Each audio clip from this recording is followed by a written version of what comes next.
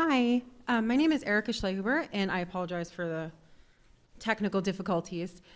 So I am here to present to you about the physiology of sexual trauma, and I would like to start by saying the information in this presentation is very sensitive and could be triggering to people as it is regarding sexual assault. So please feel free to leave at any point if you need to. So sexual violence is defined by the Utah Legal Code as any unwanted touching or non-consensual behavior in a sexual manner, which could include rape, rape of a child, intimate partner sexual violence, forcible sodomy, sexual abuse, incest, aggravated sexual assault. The list goes on and on. There's so many different things that fall under this umbrella category, and Utah is actually pretty high in national rankings for these crimes. Sexual violence happens because of power and control. Rape is not about sex. It's not a sexual urge. It's a desire to control the person who you've made vulnerable. It is a criminal act. I think that gets lost a lot of the time in remembering that this is violence. This is something that is punishable by law. And while there are many sexual crimes occurring, only a small percentage of the population is committing them. Here in Utah, rape is the only violent crime where Utah exceeds the national average, unfortunately. Every 9.5 hours, there is somebody sexually assaulted. And over their lifetimes, 1 in 3 women and 1 in 6 men will experience some sort of sexual trauma. Most victims are going to experience this sexual violence before they turn 18. And only approximately 13% of victims seek medical help. So there's a lot of injuries going untreated. And even fewer than that report to the police. Only about 1/3 of victims are going to seek counseling. However, these statistics, a big thing to consider is that these statistics are impossible to come by. They're very hard to categorized because rape is such an underreported crime that we don't really know what the statistics are, and studies show that it's likely a lot higher. And fewer than 3% of perpetrators are held responsible for these crimes in Utah. And Utah spends $5 billion a year on sexual violence crimes, most of which goes to the perpetrator and not to prevention or to victims, unfortunately. So what I want to talk to you about is the physiological response that occurs when someone is a victim of sexual trauma. So the sexual trauma, whatever it may be, rape, sexual assault, sexual battery, forcible sodomy, are all traumatic stress occurrences in the human body. So what will happen first is the stress hormone, cortisol, is going to be released when you're in this feared situation. And it will trigger the limbic system, including the amygdala, the hippocampus, and the hypothalamus, and also the prefrontal cortex to get into gear and start moving forward. And that is going to trigger the hypothalamic pituitary adrenal axis, which is a series of events in these endocrine glands that start in the hypothalamus. So the hypothalamus is going to release corticotropin-releasing hormone, which is going to bind to receptors in the interior pituitary, which will cause that to release adrenocorticotropic hormone, which will bind to receptors in the adrenal cortex, and that will release cortisol. So all of these hormones are being released as part of the stress response. They are reacting to the fear and the trauma that you're experiencing. And so that cortisol is going to now go into your bloodstream. So the neurobiology is, it starts in the brain, but it doesn't end there. So the HPA axis is going to occur in your brain, that process. And it's going to constantly try to have a negative feedback, meaning that it's going to try to stop itself from occurring because your body doesn't want to be under duress. But it depends on how much stress you're encountering. So if there's too much cortisol, the negative feedback loop is not going to necessarily be able to work right away. So more cortisol will disperse into the bloodstream. And because the adrenal cortex, which is the final part of the HPA axis, is located on top of your kidneys, what's going to happen is your adrenal glands, which the cortex is the perimeter of the adrenal gland, are going to release catecholamines like epinephrine and norepinephrine, also known as adrenaline, and that is going to go into your bloodstream and these are going to trigger responses in your body. So it starts in your brain, the stress response, but it goes to increasing your heart rate, increasing your blood pressure, lowering your digestive tract functioning. Your liver is going to start working overtime, converting glucose, and your brain is affected in so many different ways. You'll see all of the different parts of your brain that are affected here in color. So you're going to have a fear response. Your emotional regulation is going to be off balance. And being a victim of sexual trauma is going to also further in your life make it so you have less sensitivity to stress, meaning if you are stressed or you're triggered by something, you're going to react more intensely and more quickly than someone who hasn't experienced such a trauma, because your systems have been desensitized. And so you're conditioned to this fear response. And the body's response to sexual trauma is different for every person in every case. So we hear of the fight or flight response, which is a sympathetic nervous system response to stress. However, studies have come out to say that it'd be better to be called the fight, flight, or freeze response, because some victims are going to experience a tonic immobility, and it's been described as feeling like outer body, where you can't move, you can't do anything, you don't feel like you're there, which is called dissociation. So dissociation is going to allow that person to be able to undergo the trauma as it's occurring as a survival technique. There is many studies that have been done that show a victim of sexual violence says, I can't remember. I can't remember what was happening. I don't know. I have no answers for you. And that is because the brain is working to protect that person by activating these responses that show we can protect you by releasing these hormones. And it's almost like we're here for you. We're going to do this together, but it's a minimal response, because what it does essentially is provide more stress for that person. There's also somatic symptom disorders, which can manifest as physical. You feel physical pain, but you can't find a real core reason for that. And then there's the long-term psychological responses as well.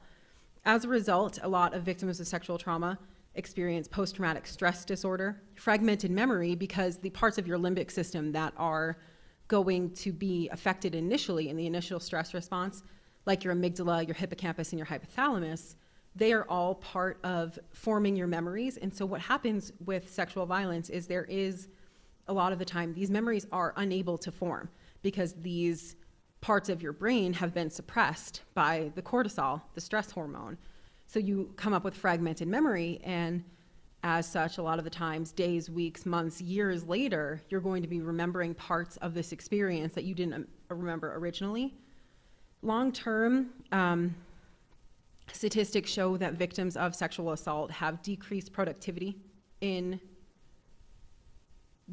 society from having this extreme post-traumatic stress disorder. Rape trauma syndrome is experienced by a lot of people who are victims of sexual violence. Physical effects like injuries, which kind of go unspoken about, because a lot of the time people think of rape and sexual assault and the emotional trauma, which is incredibly severe, but a lot of the time these people are receiving injuries from the event itself.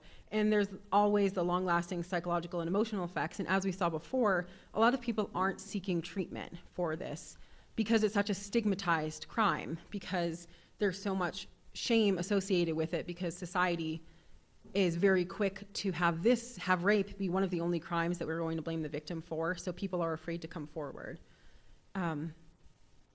But there is always something we can do. Knowing all of this, knowing the neurobiology and the physiological response, and understanding that these are natural responses to this traumatic event, because a lot of the time people say, well, why didn't you fight back? Because freezing is so common. It's simple as your brain would not allow you to. There are resources available, some national and local. So if you or someone you know has been a victim of sexual violence, you're not alone. There is help and people who do believe you.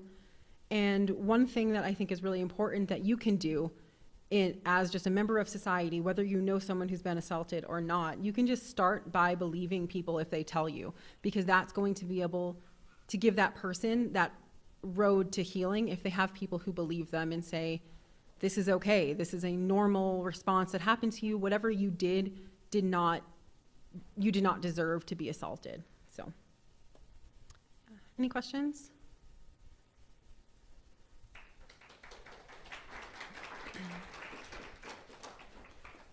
Yes.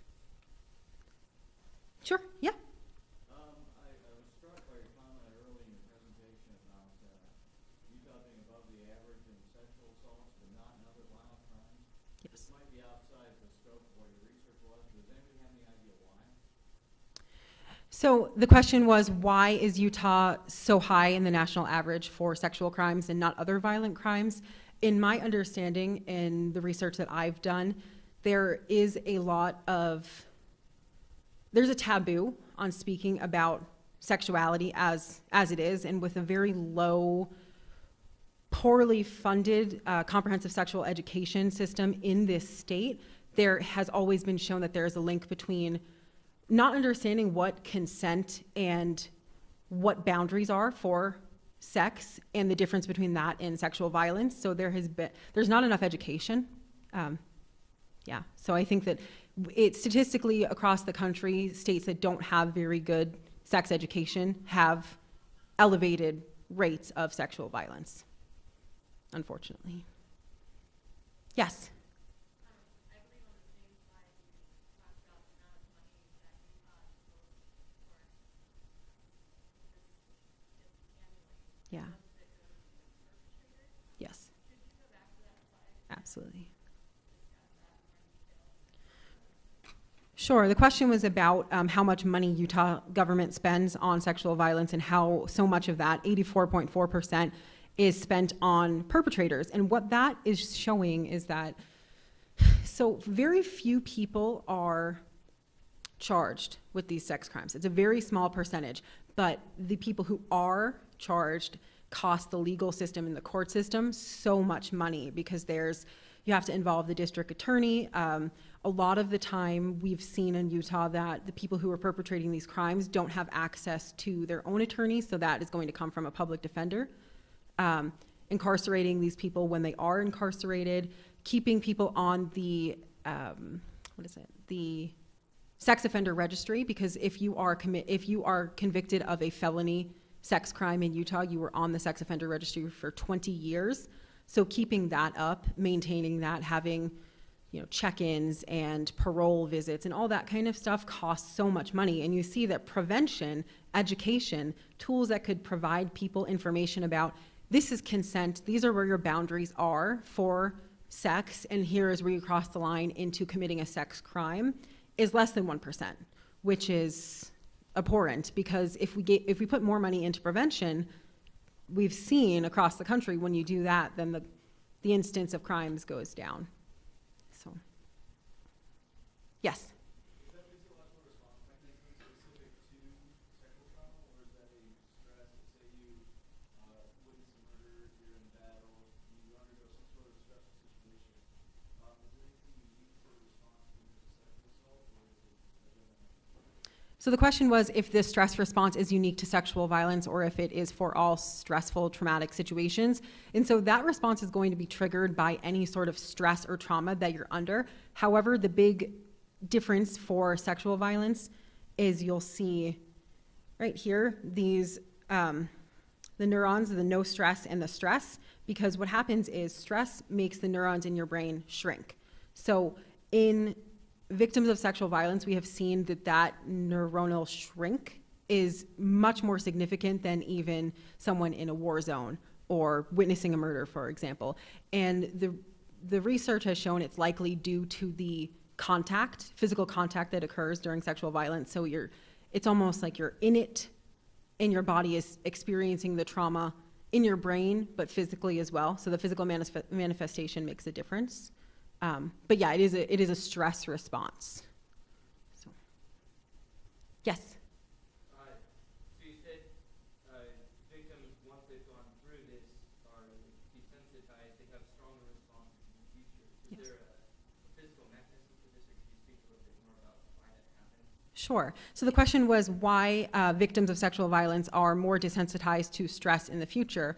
And the reason is when you undergo such a traumatic experience, your brain catalogs that and remembers it. So if you are to experience another stressful thing, even something not as severe as a sexual trauma, again, your brain is going to remember that, pull that back to the foreground and say, okay, we've been in this situation before. We've been somewhere where it's been so stressful, so we need to overdose on releasing these hormones, these stress hormones.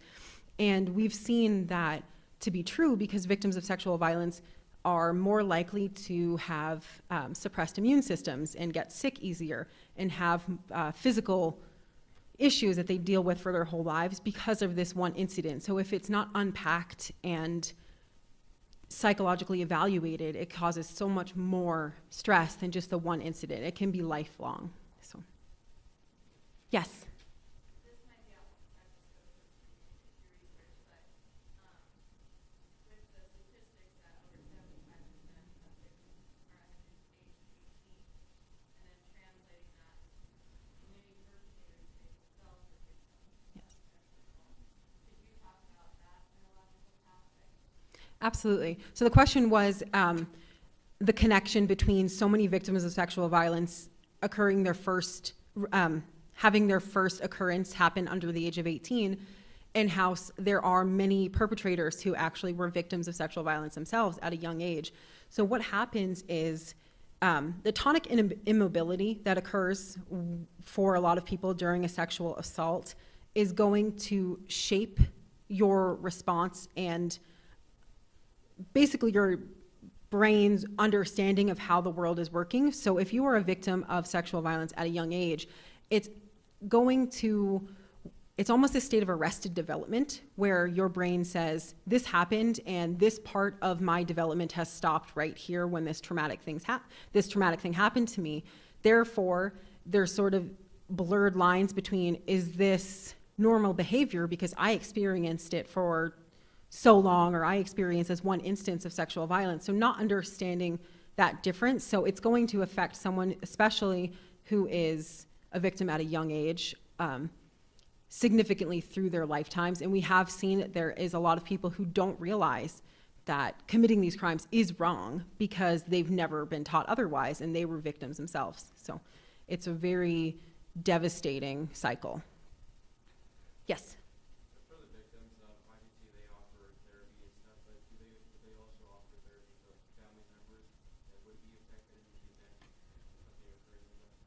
Yes, so the question was if there's therapy for family members of victims, and family members of victims are called secondary survivors, and there are. So here locally at the Rape Recovery Center and the Utah Domestic Violence Coalition, there are services available for secondary survivors. I know at the Rape Recovery Center specifically, there are counseling and group therapy sessions that are for family members, and you can access those services actually for free. So if you are interested in finding out more about that, they have weekly sessions and one-on-one, and you can do, if you as a family member and the victim wanted to do a counseling session together, there are a lot of services to try to help people heal. And it doesn't matter how long ago something happened. Even if this is something that happened as a child, you can still get help, and any help that you choose to seek out is going to make a difference. We've seen psychologically how much that matters. Yes? Would that be a cost, or is that something that's free? So the Rape Recovery Center works on a sliding fee, and 95% of the people who use their services don't pay anything at all. So essentially it's free. They don't want a cost to be a barrier to someone healing. That's the reason why I was asking. Yeah. No, there are very good services in this state that help victims. So, yes. One last question. Sure. With all the background that you have now, what would you like to see with the legislature, within Utah itself, Yeah. to do better? So the question was, what would I like to see in the legislature to do better for victims of sexual violence? So there have been some steps forward. Just 2 years ago, marital rape, so rape of a husband or wife by the other partner, was still legal in the state of Utah, and that has since changed. So that's a big step forward. there are legislators who are working diligently to make a difference. Representative Angela Romero, she actually, last year, got the first Wednesday in April, so that's tomorrow, to be the Start by Believing Day, and Utah is the very first state in the country to do that. So what it does is raises awareness of sexual violence, because April is Sexual Assault Awareness Month, and urges people to start believing victims, because if we start believing victims, that paradigm shift can occur. And there are, I know that there were some laws this legislative session that got shut down, but there's always progress, I think. There was a law that was just passed for statute of limitations for child victims, because it used to be 5 years from when you turned 18 was all of the time you had to report, and now it's, I think, 20. So there is a lot of movement forward, but I think the major thing we need to do is not be afraid to talk about it and educate people. So. Thank you.